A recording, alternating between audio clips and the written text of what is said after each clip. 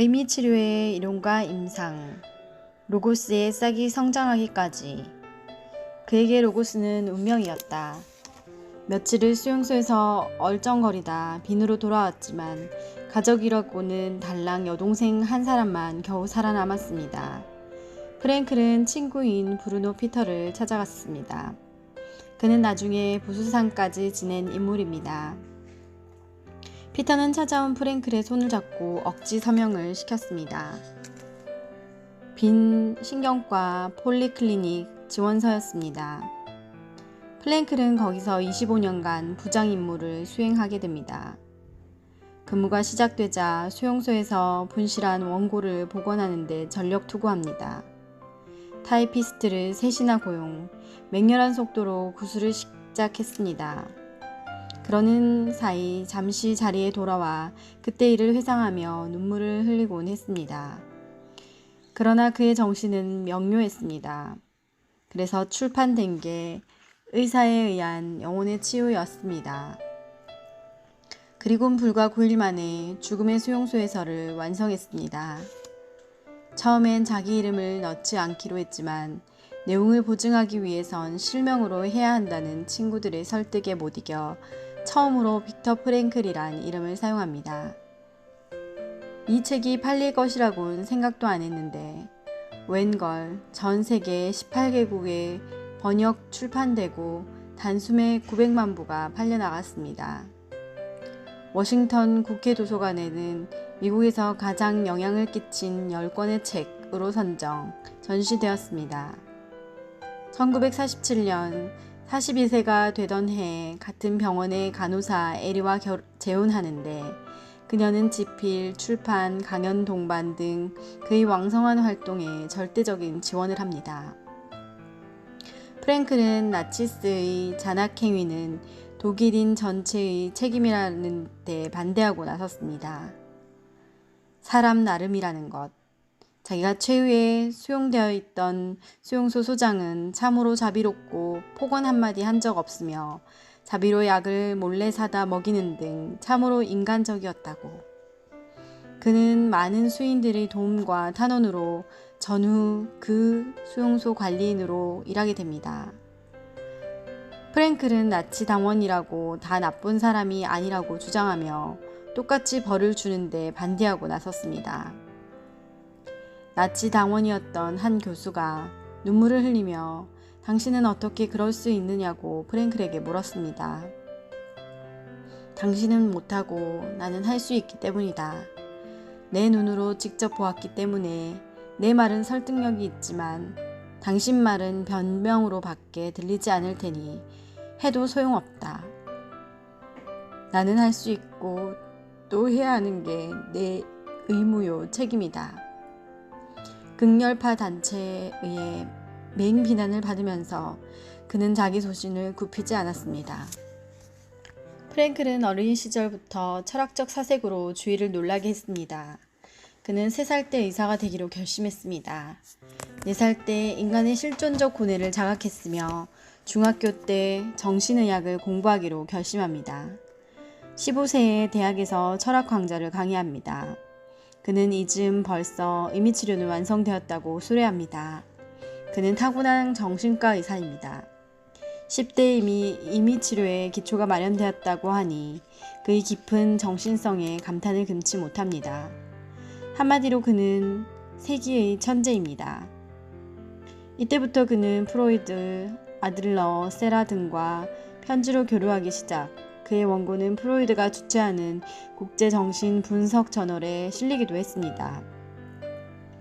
나중에 프로이드, 아들러 학설에 준엄한 비판을 가했지만 그들에 대한 존경심은 평생을 갔습니다. 특히 의미치료는 세라의 영향을 많이 받았습니다.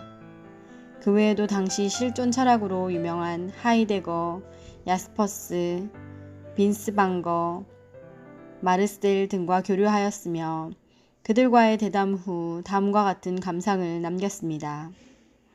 내가 존경하는 이들 대가는 나를 비판할 충분한 위치에 있으면서도 언제나 관용적이고 내 주장을 긍정적으로 보려고 해주었다. 너무 감사하다. 정신분석에 대한 그의 비판은 날카롭습니다. 프로이드가 인간을 단지 성충동에 지배되는 존재로, 아들러는 권력지향의 충동에 지배되는 존재로 본 점에 대해 아주 비판적입니다. 물론 그걸 전적으로 부인하는 건 아닙니다. 인간에겐 그러한 충동도 있지만 일면만 보고 그게 마치 인간 존재의 전부인 양 단언한다는 데는 문제가 있다고 반박합니다. 구분을 하는 것으로 전체의 본질을 알 수 있다는 독선성, 심리학주의, 비인격, 비인간적이라고 비판합니다. 프랭클에겐 인간의 본질은 물질 차원을 넘는 정신입니다. 고민하는 사람이 건강하다. 프랭클을 찾아오는 환자들은 대체로 시대를 앓고 있는 사람들과 사는 기력을 잃은 사람들입니다. 자살, 약물, 울병, 신경증 이런 문제들은 사회적 요인이 크게 작용합니다. 시대가 만들어낸 병입니다. 이들의 고뇌는 현대인 누구나 안고 있는 전형적인 고뇌입니다. 이런 세상에 누가 마음을 앓고 있다고 해서 그것은 전혀 이상한 일이 아닙니다. 하지만 이젠 절대 빈곤이 물러났습니다. 성의 압박도 프로이드가 걱정할 만한 정도도 아닙니다. 권력지향적인 사람이 없지 않으나 지금은 되게 가정적이고 누구보다 자신이 중요한 시대라 아들러가 걱정하는 시대는 아닙니다. 이렇게 보면 정신적인 문제가 일어날 만한 일이 없을성도 싶은데 앞서 말한 시대를 앓는 병은 더 많아지고 있는 느낌입니다. 도대체 우리들을 고뇌하게 하는 원인은 무엇일까요? 프랭클은 한마디로 인생의 의미나 목적의 상실이라고 잘라 말합니다. 도대체 무엇 때문에 살고 있는 건가? 바쁜 하루 생활 중에 문득 이런 생각이 들 수가 있습니다. 계속 이런 생각에 잡혀 있노라면 맥이 빠집니다. 살 기분도 안 나고 공허감, 허탈감에 빠집니다. 프랭클은 이를 실존적 공허라 부릅니다. 이 빈 구석을 메우기 위해 먹고 마시고 마약, 섹스, 도박, 충동 구매 등 도피적 오락에 빠집니다. 이게 잘 안 되면 자살이나 심한 우울증, 신경증에 빠집니다. 프랭클은 1970년대에 쓴 그의 저서에 미국을 예로 들면서 자살 미수자의 80%가 사는 의미가 없어 한다고 보고했습니다. 이들은 경제적으로, 사회적으로, 가정적으로도 90% 이상의 소위 상류사회 출신입니다. 그는 이런 경향은 점점 증가하고 있는 실정이며 풍요로운 1990년대에도 소위 허무주의, 무기력, 무감동, 무목적은 줄어들고 있지 않는 것 같다고 말합니다. 요즘 지상에 가끔 등장하는 니트족도 그 연장선상에 있습니다. 직업도 없고 구하려고 하지도 않고 직업훈련도 받지 않고 부모 밑에 마치 기생충처럼 빌붙어 살고 있는 청중년들입니다. 취업이 어렵다는 이유만으로는 설명이 안 됩니다. 내가 섬마을에서 본 산꾼이 있습니다. 그는 버젓한 직업도 있고 가정도 원만합니다. 누가 봐도 부러운 집안인데 본인은 텅 빈 껍데기 같다고 합니다. 준비도 없이 산에 오릅니다. 발가락의 심한 궤양 때문에 피고름이 흐릅니다. 걸음걸이도 제대로 안 됩니다. 그는 이때가 가장 마음이 편하다고 합니다. 프랭클도 비슷한 환자 이야기를 합니다. 41세 남자로 전쟁 중일 때는 고민으로부터 해방되어 마음이 편합니다. 그러나 평화 시엔 하는 일도 없고 무언가 텅 빈 느낌으로 괴롭다는 것입니다. 나는 무엇 때문에 살고 있는 건가? 이런 고민에 빠진 사람은 병적이라고 할 수 없습니다. 오히려 인간적입니다. 문제는 고민하는 능력을 잃어버린 사람입니다. 그야말로 구제불능입니다. 외면적으로는 앓고 있는 것처럼 보이지만 인간의 본질은 완전하고 건강합니다. 이걸 자각해야 하는 게 치료상의 열쇠요. 이것이 의미치료의 기본 원리입니다. 인간은 단지 땡땡땡에 불과하다고 일면적으로 정해버리는 심리학, 사회학, 생물학 등에 있어서의 소위 주의, 결국 인간을 기계나 물로 만들고 사회의 니힐리즘, 비관주의를 만연시키게 됩니다. 니힐리즘은 이 세계나 인생, 인간의 존재에는 아무런 의미도 목적도 없는 것으로 생각합니다. 겨우 솟아나는 모험심, 용감성 등의 싹을 싹 잘라버리는 행위이며 어차피 난 안 돼 라는 말만 합니다. 니힐리즘은 기본적으로 물질적이기 때문에 인간이나 인생의 가치 등을 단순히 얼마의 돈과 어떤 지위를 얻었느냐에 따라 결정합니다. 얼마나 행복해지느냐를 돈이나 권력으로 나타냅니다. 이것이 없는 남성은 여자의 부모로부터 거절당하기도 합니다. 사랑보다 돈이나 지위가 우선합니다. 이게 현실인데 그래도 고민이 없다면 이 사람이 정녕 문제가 아닐까요? 얼마 전 엄마 죽기 싫어 하며 살려달라는 아이를 안고 그대로 아파트에 뛰어내려 투신 자살한 엄마 기사를 읽었습니다. 순간 나는 세상이 캄캄해짐을 느꼈습니다. 같은 하늘 아래 호흡하며 사는 우리에게 어쩌면 이런 일이 일어나게 된 걸까? 나는 며칠 밤잠을 이룰 수가 없었습니다. 깊은 고민에 빠질 수밖에 없었습니다. 하지만 이건 우리 모두가 함께 알아야 할 건강한 고민입니다. 프랭클은 이렇게 말하고 싶었을 것입니다. 로고스의 생명 에너지를 불러 깨우는 기법. 2년 전에 아내와 사별한 후 우울증에 빠진 노 의사가 프랭클을 찾아왔습니다. 사랑하는 사람을 잃은 고독과 상실감으로 삶의 의욕을 잃어버린 늙은 의사에게 프랭클이 묻습니다. 만일 당신이 먼저 죽었다면 어떻게 되었을까요? 안 됩니다. 아내는 이 고통을 감당할 수 없습니다. 그렇죠. 부인은 이 괴로움을 면하게 된 겁니다. 그 괴로움으로부터 부인을 구한 것은 바로 당신이에요. 노 의사는 프랭클의 손을 조용히 잡았다가 물러갔습니다. 사랑하는 사람들 간에는 먼저 죽은 쪽이 남은 고통을 짓지 않으면 안 됩니다. 살아남은 자는 먼저 간 자의 괴로움을 구해준 것입니다. 이렇게 살아가는 의미를 자각시키는 것으로 치료에 이르는 게 의미치료입니다. 아들을 잃고 슬픔에 젖은 엄마가 노승을 찾아왔습니다. 아이가 극락에 갈 수 있을까요? 노승은 주저없이 안 됐지만 아이는 지옥에 갔습니다. 엄마는 놀라서 왜 그럴까요? 아이는 나쁜 짓도 안 했는데. 노승은 대답했습니다. 부모보다 먼저 죽은 것은 대단한 불효입니다. 부모를 슬프게 하는 건 나쁜 아이죠. 지옥에 갈 수밖에. 알아들은 엄마가 조용히 눈물을 거둡니다. 얼른 듣기에 설교처럼 들리고 지극히 정론을 이야기하고 있습니다. 그러나 인간은 이런 정론만으론 살 수 없는 게 현실입니다. 살아갈 활력이 없기 때문입니다. 즉 생명력이 없으면 인간은 살아갈 수 없습니다. 그리고 생명력은 되풀이 말하지만 로고스로부터 옵니다. 의미치료의 목적은 어디까지나 로고스의 생명 에너지를 불러 깨우는 데 있습니다. 단지 설교나 정신론 혹은 긍정사고 등으로는 안 됩니다. 그렇다면 무엇이 로고스를 불러 깨우는가? 지금까지 논해온 것을 요약해보면 용기, 희망, 신앙, 사랑, 미의 체험, 사명감 등이었습니다.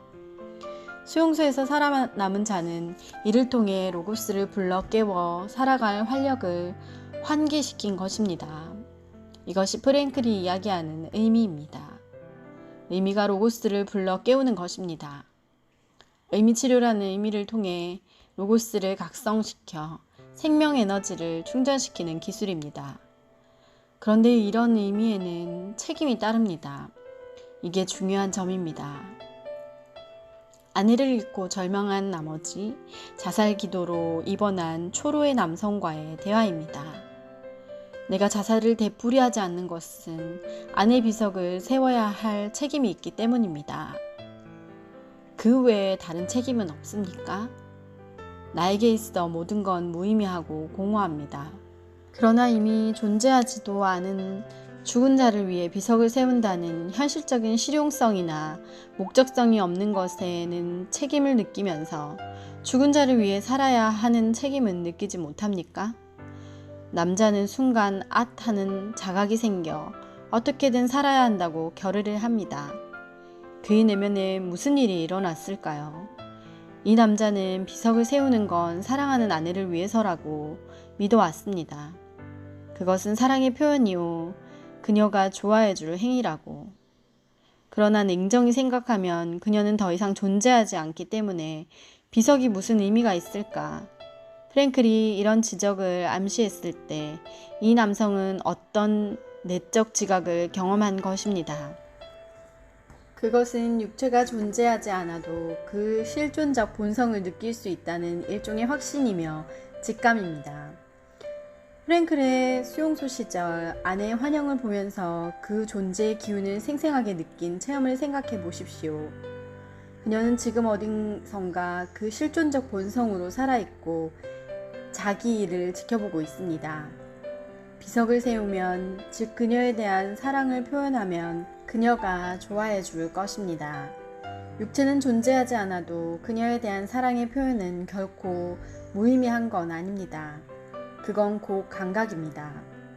그렇다면 비석을 세우는 것 이상으로 그녀를 즐겁게 하는 일은 무엇일까요? 그건 사는 것입니다. 그녀는 당신이 살아나갈 것을 바라보고 있습니다. 그것만이 그녀에 대한 최고의 애정 표현입니다. 그것은 사랑하는 사람에 대한 책임인가 동시에 사랑하는 자를 기쁘게 하는 행위, 실존적 의미 그 자체입니다. 이렇게 해서 그 남자는 살아야 할 의미와 책임을 자각한 것입니다. 우리가 스스로의 책임을 다할 것을 기대하는 존재, 그건 배우자, 친구 등 살아있는 사람만이 아니고 죽은 사람도 포함됩니다. 그들은 보이지 않는 영역으로부터 늘 우리를 지켜보면서 우리들이 책임 있는 삶, 의미 있는 인생을 보내기를 기대하고 있는 것입니다. 프랭클은 이를 객석의 관객에 비유합니다. 우리는 무대에서 연극을 하고 있습니다. 스포트라이트 전등이 너무 밝아 무대에서 객석을 볼 순 없지만 관객은 우리가 얼마나 멋지고 감동적인 연기를 할까 기대하면서 조용히 바라보고 있습니다. 이렇게 우리를 보고 있는 궁극의 존재가 로고스입니다. 나를 지켜본다는 감각은 어디까지나 개인의 내면으로부터 솟아오르는 것이지 절대로 외부에서 밀어붙인다고 되는 건 아닙니다. 내적 자각입니다. 의미치료의 중요한 포인트입니다. 신은 인간이 괴로워하는 것을 원치 않는다. 프랭클에게 고뇌는 인간을 성숙시켜서 진실의 자기 로고스를 불러일으켜 사는 의미를 성취시키는 찬스입니다. 고뇌를 피하는 것만으로는 대체로 의미 없는 인생밖에 기대되는 게 없습니다. 별볼일 없는 가벼운 인간으로 밖에 될 게 없습니다. 따라서 때로는 일부러 고뇌를 받아들일 필요가 있습니다. 우리는 그 예를 프랭클이 앙친을 위해 미국행 이주를 단념하고 수용소행 운명을 선택한 데서 볼 수 있습니다. 피하려고 했다면 피할 수도 있었던 고뇌였지만 그것은 인간으로서 받아들여야 할 고뇌이기도 했습니다. 만일 그때 도피의 길을 택했다면 그 후의 그도 그리고 의미치료도 탄생할 리가 없습니다. 영광에 넘치는 그의 후반 인생은 있을 수 없습니다. 만일 내적인 양심의 소리, 즉 로고스가 그 고뇌를 받아들일 것을 바라고 그리고 그런 확신을 얻을 수만 있다면 우리는 용기를 내어 그 힘든 길을 택합니다.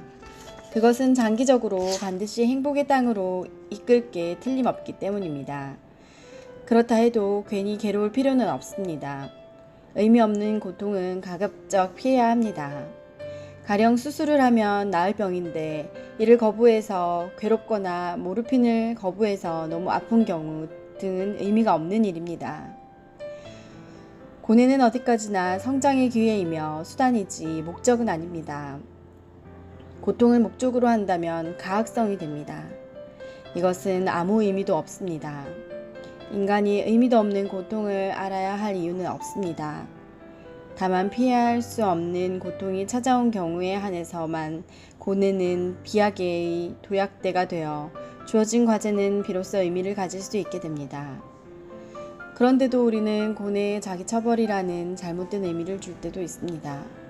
즉, 이런 괴로움이 찾아온다는 것은 자기가 나쁜 인간이기 때문이다, 죄가 깊기 때문이다, 과거에 나쁜 짓을 했기 때문이다 등 부정적 의미를 붙일 때가 있습니다. 이렇듯 사람들은 괴로움에 대해 불합리한 설명을 하는 경향이 있습니다. 지금의 고뇌를 이렇듯 불합리적으로 설명하면 아무 의미도 없는 고통이 되고 맙니다. 상황을 조용히 관찰하고 왜 이런 일이 생겼는지 합리적인 생각을 하는 게 순서입니다. 정신의학에선 이를 합리적 감정교정법이라고 부릅니다. 비슷한 예는 많습니다.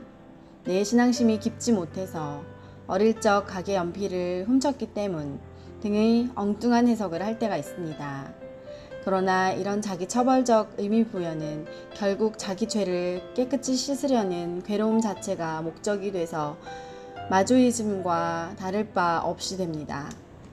인도에 가면 고행을 하면 득도를 한다는 오랜 전통에 따라 지금도 피골이 상접한 거짓골로 다니는 사람들을 덜어보게 됩니다. 신앙이라는 차원에서 본다면 그럴 수도 있겠지만 일반인의 상식으로는 납득이 안 갈 뿐만 아니라 신체적으로 큰 병을 앓게 될 수도 있고 사망하는 사람인들 왜 없겠습니까? 일부러 고통을 자초하는 경우와는 달리 어떤 불행이 닥치면 그게 마치 당연한 것처럼 받아들입니다. 왜냐하면 자기가 나쁜 짓을 했으므로 처벌을 받는 거라 생각합니다. 이런 경향은 때로는 다른 사람이 고통에 빠져도 같은 생각을 합니다. 나쁜 짓을 했기 때문이라고 생각합니다. 자업자득이다. 나쁜 짓을 했으니까 업보다. 나와는 다르다. 이렇게 자기를 안심시키는 것입니다. 이럴 경우 우리는 정말 배려가 필요한 사람에게 냉담하게 거절, 심지어 비난하는 일까지 생깁니다. 하지만 사랑의 신이 인간이 괴로워하는 걸 바랄 리가 없습니다. 신이 인간에게 기대하는 건 괴로움이 결코 아닙니다. 주어진 현상을 미래를 향해 어떻게 살릴 것인가 입니다. 프랭클은 여기서 카네기 일화를 끄집어냅니다. 운명이 레몬을 주거든 레모네이드를 만들 노력을 해라. 우리는 레몬을 바꿀 순 없습니다. 그러나 그 신 걸 레모네이드로 만들면 맛있게 마실 수 있는 선택지가 있습니다. 의미 이전의 인생 철학을. 의미 치료의 기본적인 기술은 로고스의 생명 에너지를 깨우는 데 있습니다. 여긴 절대로 지켜야 할 금기사항이 있습니다.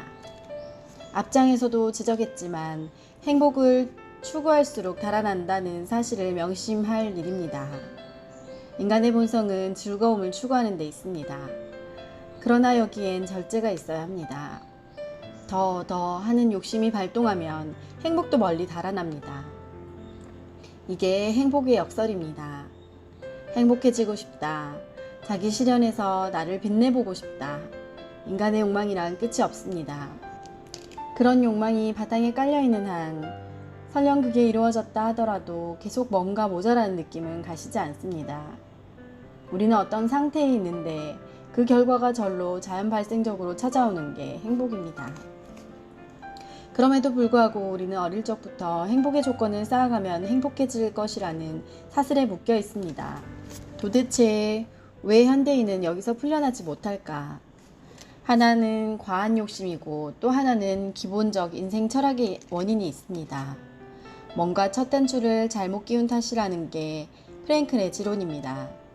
설령 그게 이루어져 손에 들어와 행복해진다고 해도 진정한 행복이 아니란 건 바로 알게 됩니다. 이 방법으로 로고스를 깨우진 못합니다. 무엇보다 먼저 자기 부정의 인생 철학으로부터 자기 긍정의 철학이 생겨야 합니다. 이 젊은이는 어릴 적부터 심한 왕따를 당했습니다. 때로는 폭력도 당하고 처음엔 반 아이들을 미워하기도 했지만 너무 오래 왕따를 당했으므로 자기는 살 가치가 없는 존재로 느껴지기 시작했습니다. 대학에 들어가서도 이 생각은 지워지지 않아 자살 미술을 되풀이하게 됩니다. 대학엔 왕따는 없는데도 불구하고 그의 생각 깊이 새겨진 부정적 사고는 지워지지 않았습니다.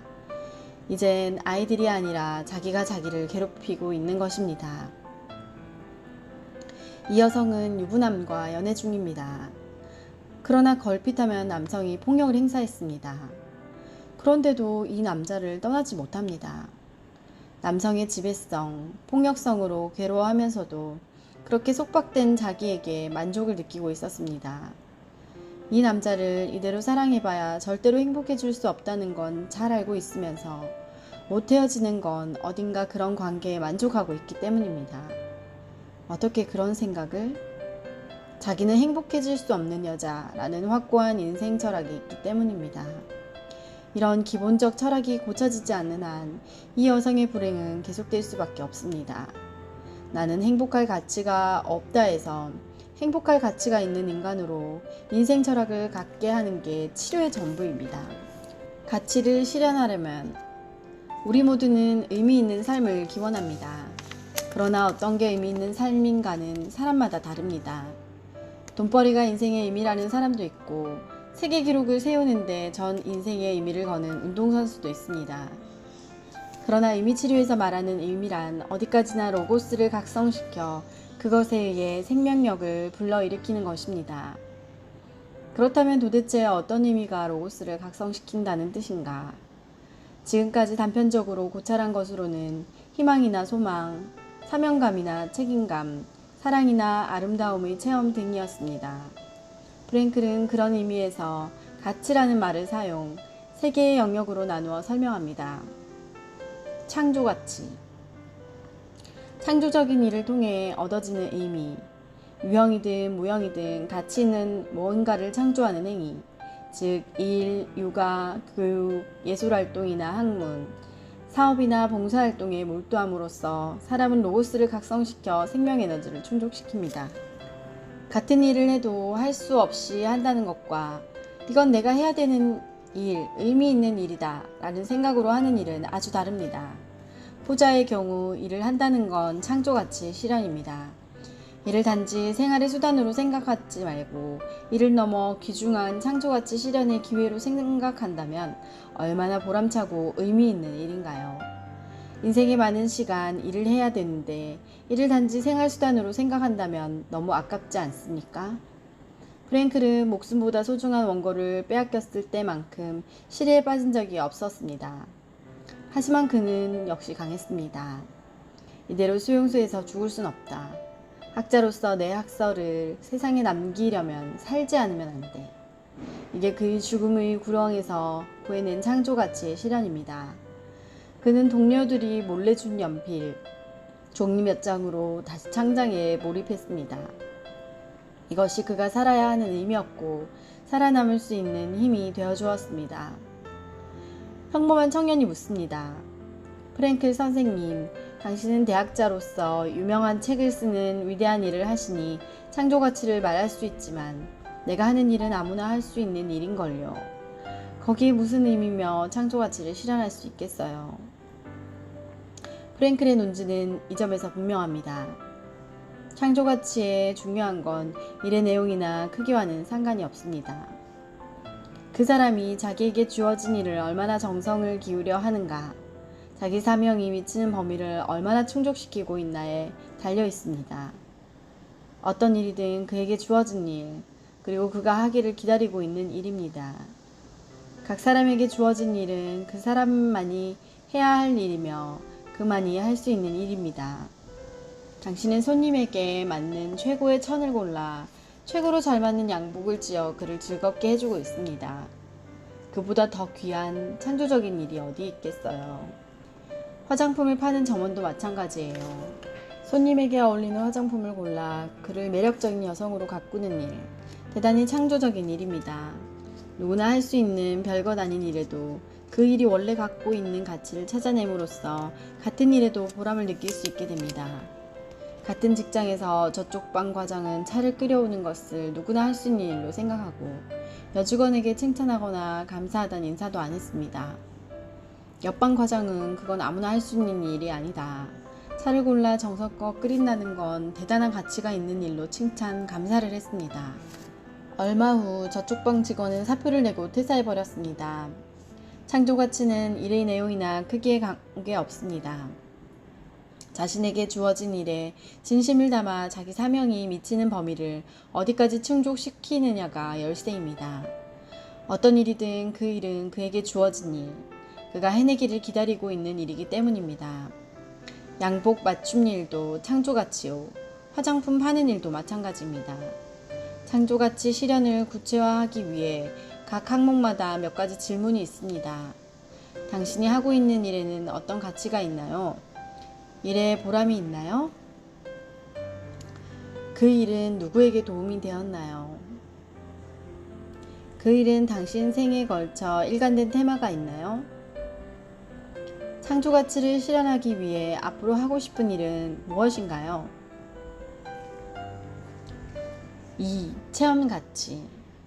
체험을 통해 얻어지는 의미. 창조 가치가 능동적인 체험이라면 체험 가치는 수동적 체험입니다. 체험이나 만남을 통해 얻어지는 즐거움이나 감동. 구체적으로 자연, 예술, 사랑 세 개를 들 수 있습니다. 즉 자연이나 예술의 아름다움에 취한다든가 사랑하는 사람과의 교류에 의해 로고스를 불러 깨움으로써 생명 에너지를 채울 수 있습니다. 인간관계에서 실현되는 체험 가치를 위해 프랭크는 묻습니다. 당신을 진정으로 필요로 하는 사람은 누구일까? 그리고 그 누군가를 위해 당신은 무엇을 할 수 있는가? 이 물음에 확실히 대답할 수 있어야 합니다. 그 누군가가 있어야 하고 그를 위해 당신이 할 수 있는 일이 있다면 삶의 의욕이 절로 끌어올 것입니다. 그 일을 함으로써 그의 기쁨이 곧 나의 기쁨이 된다면 참으로 아름다운 체험 가치를 경험하게 되는 것입니다. 쉽게는 섹스를 생각할 수 있습니다. 그의 즐거움이 곧 나의 즐거움으로 되는 관계입니다. 물론 이런 체험 가치는 인간관계에서만 이루어지는 것은 아닙니다. 자연체험, 예술체험 등 다양합니다. 단 그냥 좋다는 것만으로는 진정한 태도 가치를 체험했다고 할 수는 없습니다. 바쁘고 피곤한 하루 일과를 마치고 문득 바라본 저녁 노을. 그 황홀함에 나도 몰래 끌려 그대로 호수 속으로 빠져들어갑니다. 꽃피는 6월의 시베리아 벌판. 우리 기차는 끝없이 펼쳐진 지평선으로 사라집니다. 달밤 보스턴 심포니를 정원에 누워 듣는 순간 정말이지 이 모두는 소름이 끼치는 감동입니다. 마치 이 순간을 위해 내 인생이 있어야 했던 것 같습니다.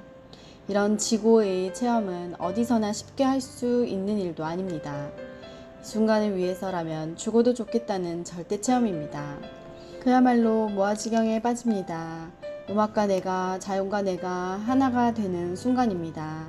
그럼으로써 자신이 우주적 존재임을 자각하게 됩니다.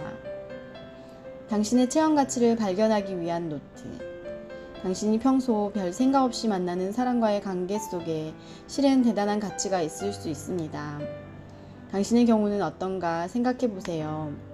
당신이 만나고 있는 사람들, 가족, 동료, 연인, 친구, 이들과의 관계에는 어떤 가치가 있을까요? 그것은 누구에게 어떤 모양으로 도움이 되고 있나요? 당신이 그를 위해 할 수 있는 일은 무엇인가요? 행여 어느 한쪽이 상대에게 종속되어 있는 듯한 관계에 있다고 하면 그 관계를 개선하고 서로 자신을 중요하게 생각하는 관계로 되기 위해 당신은 무엇을 할 수 있나요? 상대 때문이라고 책하지 말고 자신이 할 수 있는 일은 무엇이 있을까요? 상상이라도 좋습니다. 당신을 진심으로 필요로 하고 있는 사람, 진심으로 무언가를 해줄 수 있는 사람이 있다면 그는 누구인가요? 그의 이미지를 떠올려 보세요. 그는 어디에 있으며 어떤 일을 하고 있는 사람인가요? 그는 당신에게 무엇을 바라고 있나요?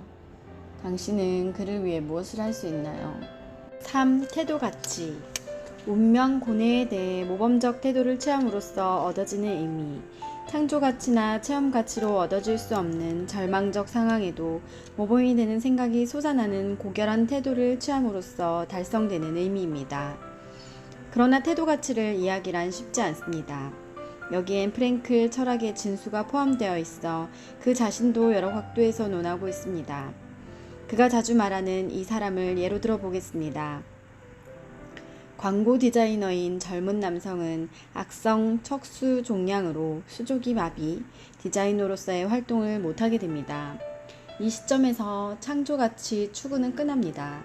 그러나 그는 독서나 라디오에서 훌륭한 음악을 감상하거나 다른 환자와의 교류를 통해 체험 가치를 실현할 수 있습니다. 그러나 병이 진행되면서 책을 들을 수도 없고 음악을 들을 수도 없게 됩니다. 체험 가치마저 완전히 박탈된 상태입니다.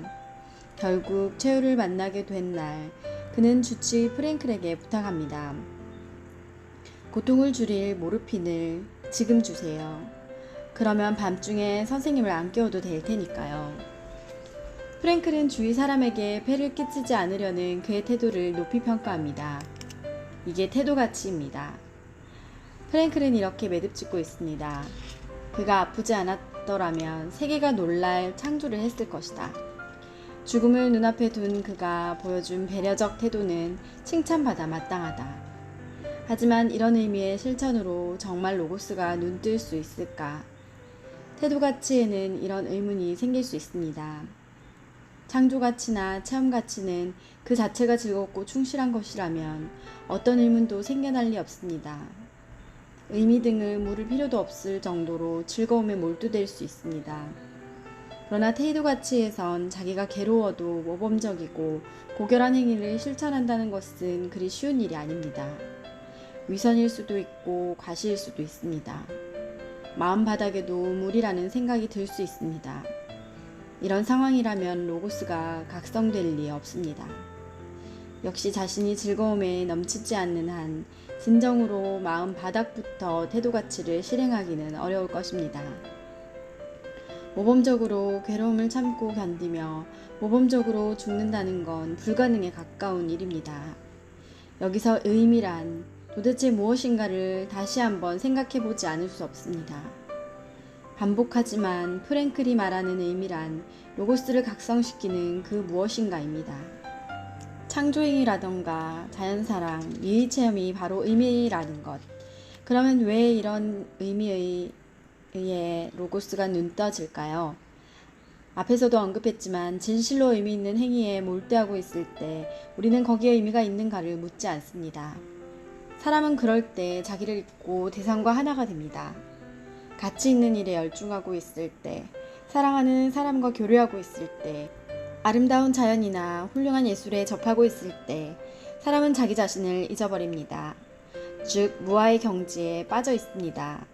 창조가치나 체험가치가 왜 의미로 되느냐 하면 결국 그런 행위가 자기라는 의식도 있게 하는 것, 자기를 잊는 것, 즉 무아의 경지를 프랭클은 자기 초월이라 부릅니다. 그리고 자기 초월이야말로 인간의 진짜 모습이라고 말합니다. 프랭클은 앞장에서도 강조했지만 인간의 실존적 본질은 자기 초월에 있다고 했습니다. 한편 우리의 궁극의 본질은 로고스였습니다. 이걸 함께 생각해보면 자기를 잊을 때 사람은 로고스에 가까워지고 있습니다.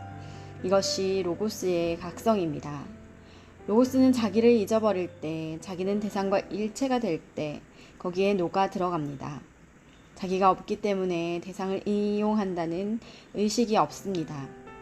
그림을 그리며 자기를 잊어버린 사람은 유명해지기 위해 상을 받기 위해 등의 동기는 없습니다. 그림을 그리는 걸 수단으로 하지 않습니다. 그리는 그 자체에 의미부여가 됩니다. 무조건의 행위, 무사의 행위가 거기에 있습니다. 다시 죽음의 포로 소용소로 돌아갑시다. 거기엔 프랭클 자신이 실천한 태도 가치의 생생한 장면들이 우리를 감동의 도가니로 몰아넣습니다. 뿐만 아니라 동료들의 놀라운 태도 가치의 실천이 있습니다. 우리 일상에선 상상도 할 수 없는 그들의 고결한 삶의 태도에 절로 존경심이 묻어납니다. 그런데 내가 있는 한 이런 행위는 되지 않습니다. 될 수도 없고, 왜냐하면 내가 있는 거기엔 자아가 있기 때문입니다. 이게 있으면 타산적으로 조건이 붙는 행위, 이기적 행위밖에 되지 않고 상대를 자기 이익의 수단으로 밖에 보지 않게 됩니다. 자아는 일종의 장벽이어서 상대와 일체화될 수는 없습니다. 여기서 수용소에 살아남은 자 생각을 다시 한번 해봅시다. 그들이 궁극의 절망 끝에 본래의 자기로 태어났다는 걸 우리는 보았습니다. 그것이야말로 태도가치 상황 그 자체가 아닌가요? 즉 태도가치란 고뇌와 절망을 통해 자아가 소멸되고 자기 초월하여 본래의 자기, 즉 로고스에 접근된 자기가 태어난 것입니다. 그리고 그런 사람은 본래의 자기 로고스를 표현하는 즐거움에 넘칩니다. 로고스는 사랑이므로 사랑을 표현하는 즐거움에 넘치게 됩니다. 사랑은 무조건이라는 전제가 있기에 그 즐거움은 어떤 외적 상황에도 좌우되지 않고 확립됩니다. 아무리 절망적이라고 해도 내면에서 솟아오르는 즐거움이 넘치면서 사랑하는 행위를 실현할 수 있는 것입니다. 이게 태도가치의 실현입니다. 공허감을 메우려면 유명인들의 자살이 신문지상에 날 적마다 그런 사람이 왜 죽을까 하는 생각을 하게 됩니다.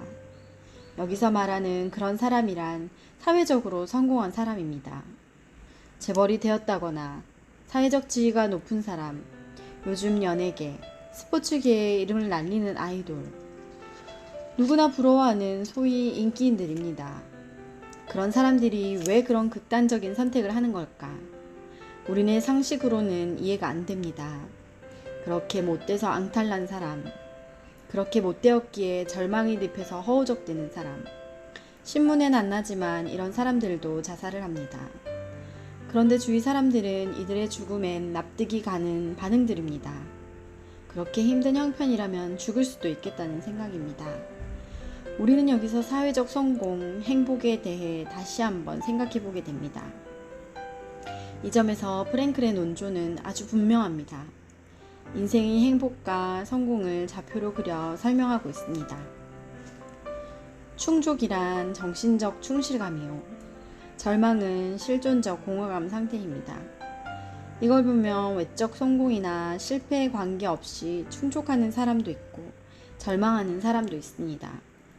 사회적으로는 성공한 소위 승리팀이지만 실존적으로는 절망 상태에 있는 사람은 좌표 우하에 속합니다.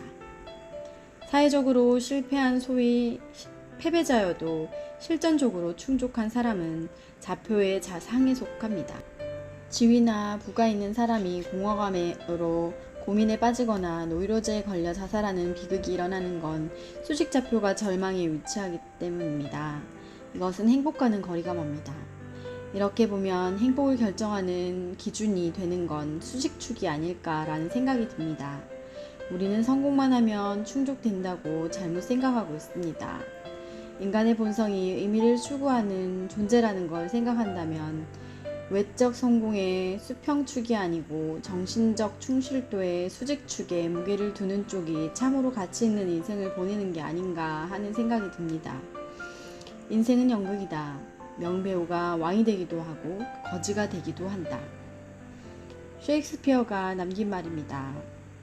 배우로서 문제가 되는 건 어떤 역할을 맡느냐가 아니고 얼마나 훌륭한 명연기로 관객을 감동시키느냐에 있습니다. 무대 변두리 단역을 맡아도 명배우는 빛이 나는 법. 작은 역으로도 관객을 압도하는 명연기를 보여줍니다. 우리도 모두 무대의 배우입니다. 무슨 역을 맡느냐가 아니고 얼마나 훌륭한 명연기로 청중을 감동시키느냐에 달려 있습니다. 여기는 강제 수용소는 아닙니다. 하지만 누구나 심각한 좌절감에 빠질 수도 있고 직장에서 가정에서 그리고 내 건강에도 문제가 생겨 살 희망도 즐거움도 다 사라지고 깊은 나락에 빠질 때도 있습니다. 하지만 프랭클은 냉담한 어조로 말합니다. 그런 고뇌라면 자아, 허구의 자기의 고통에 지나지 않습니다. 그럴 때야말로 자기를 잊고 즉 자기 초월할 수 있는 찬스입니다. 참으로 길고도 힘든 나날이었습니다. 한 발자국 더 옮길 힘도 없고 갈 길은 아직 멉니다. 세상이 캄캄합니다. 그래도 가야 합니다. 멈추지 말아야 합니다. 이윽고 그 어둡고 긴 터널을 빠져나왔을 때의 통쾌한 환희, 해냈다는 자부심은 하늘을 찌릅니다. 삶에 대한 태도, 인생에 대한 가치도 완전히 바뀝니다. 나도 할 수 있습니다. 어떤 역경이 닥쳐도 헤쳐나갈 수 있습니다. 울컥 눈물과 함께 내 속에서 우러나오는 환희의 순간, 그것은 쾌락적 감정과는 전혀 차원이 다른 즐거움입니다. 지루한 장마 끝에 검은 구름이 걷힌 하늘에 흰 구름을 보는 것 같은 그런 맑은 즐거움입니다. 당신이 아직 이런 순간을 맛볼 기회가 없었다면 아직 나이가 어려 철이 덜 들었거나 아니면 인생 헛살았다고 밖에 할 수 없습니다. 현대인의 공허감을 충족시켜주는 건 이런 순간입니다. 아무리 성공하고 명성을 얻고 경제적으로 부유해도 거기서 얻는 기쁨으로는 현대인의 공허감을 채워줄 수는 없습니다. 실존적 공허감. 모든 게 충족되었는데도 마음 한 구석에 텅 빈 데가 있습니다. 자기 내면을 들여다보면 뭔지 모를 쓸쓸함이 있습니다. 무엇 때문에 이렇게 열심히 일했는데 정말 이래야 하는 걸까? 뭔가를 해야 이 빈자리가 메워질 것 같다. 그 쓸쓸함을 메우기 위해, 숨기기 위해 일, 술, 도박, 마약, 계속 뭔가를 추구해 봅니다. 그 자극으로 자신을 마비시킵니다. 이게 모든 중독의 배후에 깔려져 있는 근본적인 문제입니다. 도대체 인생은 무엇 때문에 있는 건가? 무엇 때문에 사는 건가? 누구도 합리적인 설명을 못합니다. 대답이 없으니 허무한 생각마저 듭니다. 그런 가운데도 인간은 그 이상의 무엇, 인생에서 구하려고 발버둥칩니다. 그러나 지향해야 할 그 무엇이 발견되지 않습니다. 쓸쓸함과 내적 공허감에서 벗어날 길이 없습니다. 도대체 이 살기 좋은 세상에 왜 이런 마음이 생기는 걸까? 물론 근년의 내외 사정이 녹록지 않습니다. 여기서 길게 늘어놓지 않아도 사람들은 막연히 위기감을 느끼고 있습니다. 누굴 믿어야 할까? 정부 살림도 연금도 넉넉지 않습니다. 그리고 우리 주변을 둘러싼 강대국의 새싸움에 새우등이 터질 것 같은 이 현실. 생각할수록 암울하고 절망에 가까운 한숨이 나올 수밖에 없습니다. 이런 현실적인 여건을 감안해도 조용히 생각하노라면 그 이상의 무언가 우리를 얽매고 있는 것 같은 폐쇄감, 현실 그 이상이 무엇이 이 어쩔 수 없는 허무감에 시달리게 합니다. 조금이라도 의식이 있는 사람이면 누구나 느끼고 있는 이 실존적 허무감을 어떻게 해야 할까요? 프랭클의 논지는 누제닉 노이로제 딱 한마디로 요약 설명합니다. 누제닉 신경증. 욕구와 본능의 갈등 때문에 생기는 게 아니라 실존적 문제 때문에 생깁니다. 그 중에서도 의미를 찾으려는 의지의 좌절이 큰 비중을 차지하고 있습니다. 따라서 신경증으로 보기보단 인간적 성취로 봐야 합니다. 환자의 실존적 위기를 통해 그가 성장하고 발전할 수 있도록 도와야 합니다. 환자 스스로 삶의 의미를 찾도록 도와줘야 하는데 여기엔 상당한 분석 과정을 필요로 합니다. 이런 과정에서 치료적 긴장은 필연적으로 따르게 됩니다. 현대사회에 만연되어 있는 우울증과 공격성, 중독증의 원인을 알려고 하면 그 저번에 깔려있는 실존적 공허를 먼저 이해해야 합니다. 그걸 채워야 하는 게 의미치료입니다. 진실로 의미 있는 행위에 몰두함으로써 얻어지는 즐거움만이 공허감을 채워줍니다. 진실한 행복, 인생의 충실감, 좌표를 보면서 다시 한번 깊이 생각해 봐야 합니다. 실존적 공허를 분석한다. 메슬로의 욕구 단계설은 5단계로 되어 있지만 프랭클은 2단계를 더 만들었습니다. 승인의 욕구를 타자와 자기로 나누었고 제일 정상 자기 실현의 욕구 위에 자기 초월의 욕구를 설정한 점이 프랭클다운 생각입니다. 모든 걸 초월한 어느 의미에서 득도의 경지를 말합니다. 이 경지에 달하지 못하면 실존적 공허에 빠진다는 게 그의 주장입니다. 실존적 공허를 다시 본다. 이렇게 풍요로운 세상에 보다 더 행복해야 할 텐데 어쩐지 마음 한구석이 채워지지 않는 현대인. 누구나 느껴보는 고독감, 쓸쓸함과는 달리 무언가 모자랍니다. 그게 무엇인지는 알 수 없지만 어느 날 문득 생각하니 참으로 형언할 수 없는 쓸쓸함이 있습니다. 맛있는 식사를 배불리 먹고 난 후에도 뭔가 입에 넣고 싶은 아쉬움, 이런 감각입니다. 그 빈 구멍을 메우기 위해 우리는 대개 일에 미칩니다. 쇼핑 중독증, 아이 교육에 열정적인 어린이 의존증, 연애 의존증, 알코올, 일 중독증. 잠시 자기 내면을 들여다봅시다. 거기엔 뭔가 일말의 쓸쓸함이 있습니다. 도대체 난 무엇 때문에 이렇게 열심히 일을 해야 할까? 중독이 될 만큼 그 쓸쓸함을 메우기 위한 수단. 그 바닥을 보고 대면하기 무서워 끊임없이 무언가를 위해 그런 자극으로 자기를 마비시킵니다. 왜 사람들은 자신의 쓸쓸함과 대면하길 두려워할까요? 저 깊은 마음의 심연에 잠겨있는 자신의 인생의 공허함을 만나기 때문입니다. 프랭클이 말한 실존적 공허감입니다. 모든 게 공허합니다. 인생의 일체가 공허합니다. 무엇 때문에 내가 태어났을까? 내가 태어난 것에 무슨 의미가 있는 걸까? 한번 공허함과 만나면 끝도 없이 깊어지고 넓어집니다. 그러기에 그것과의 대면을 피하고 무언가의 자극으로 공허함을 느끼지 못하게 마비시키는 것입니다. 그렇게 되지 않기 위해 상식이나 중용을 잘 지켜 상식적인 일상생활의 세계에 자기를 확실히 묶어둘 필요가 생깁니다. 실존적 공허는 어디에서 왔을까? 이렇게 풍요롭고 아름다운 세상에 뭔가 모자라고 쓸쓸하고 허무한 느낌. 도대체 이런 실존적 공허가 어디에서 왔을까? 역설적이게도 풍요롭고 자유가 있기에 온 것이라는 게 내 생각입니다. 1960년대까지 우리에게는 가난뿐이었습니다. 산업사회 건설이 시작된 1960년대 우리에게는 밤이 없었습니다. 개인적인 욕구와 희망은 억압하고 나라와 사회를 위해 오직 잘 살기 위해 자기 희생을 했던 시대였습니다.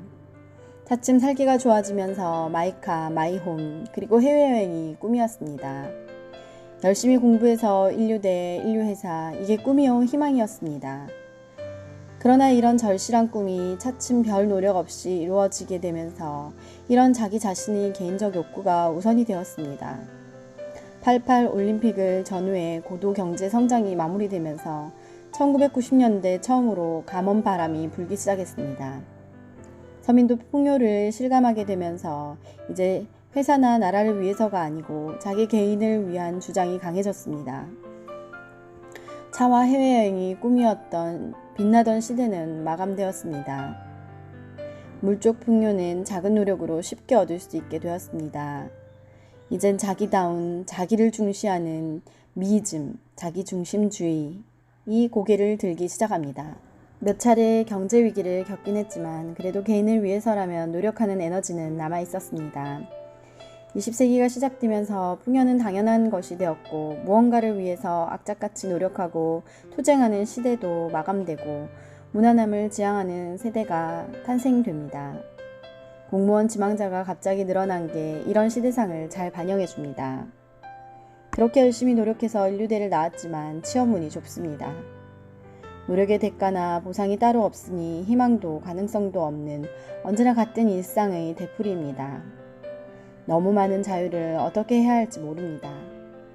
오히려 같은 일상의 반복에 폐쇄되어 질식할 것 같습니다. 이게 때로는 폭발, 젊은이의 끔찍한 폭력으로 이어집니다.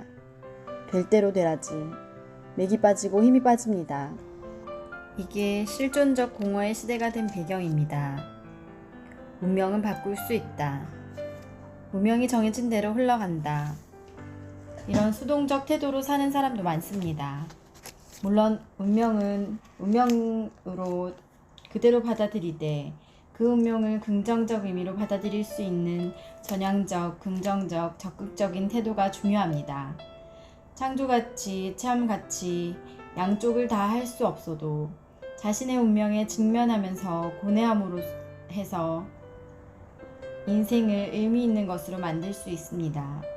프랭클은 여기에서 앞장에서 이야기한 광고 디자이너의 훌륭한 태도가치 실현으로 마지막 죽어가는 순간에 자기 인생을 의미 있는 것으로 만든 남자도 어떻게 할 수 없는 일, 운명에서도 의미를 발견합니다.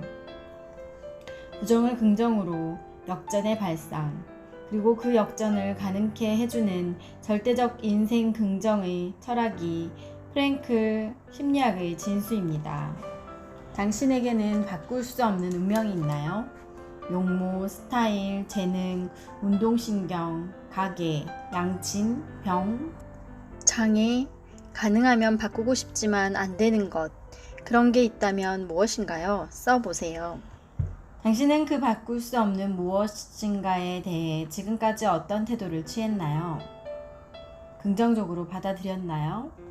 누구를 원망하거나 탓하는 등 부정적이지 않았나요? 가급적 생각을 안 하려고 하지 않았나요? 당신은 바꿀 수 없는 무엇에 대해 지금부터 어떤 태도를 취할 것인가요? 어떻게 받아들여야 인생을 보다 의미 있는 걸로, 가치 있는 걸로 바꿀 수 있을까요? 그 바꿀 수 없는 무엇이 당신에게 무엇을 가르치고 있나요? 어떤 메시지를 당신에게 말하고 있으며 당신이 어떻게 살 것을 바라고 있나요? 마무리. 인생엔 의미가 있습니다. 누구의 인생이든 의미는 반드시 주어져 있습니다. 해야 될 일, 충족시켜야 할 의미가 반드시 있기에 그 사람에게 발견되어 실현되기를 기다리고 있습니다. 그렇다고 인간이 그렇게 간단히 바뀌진 않습니다. 바뀌지 않는다고 절대로 인생을 체념하지 말 것. 인생에는 잘 모르는 애매한 일이 너무 많습니다.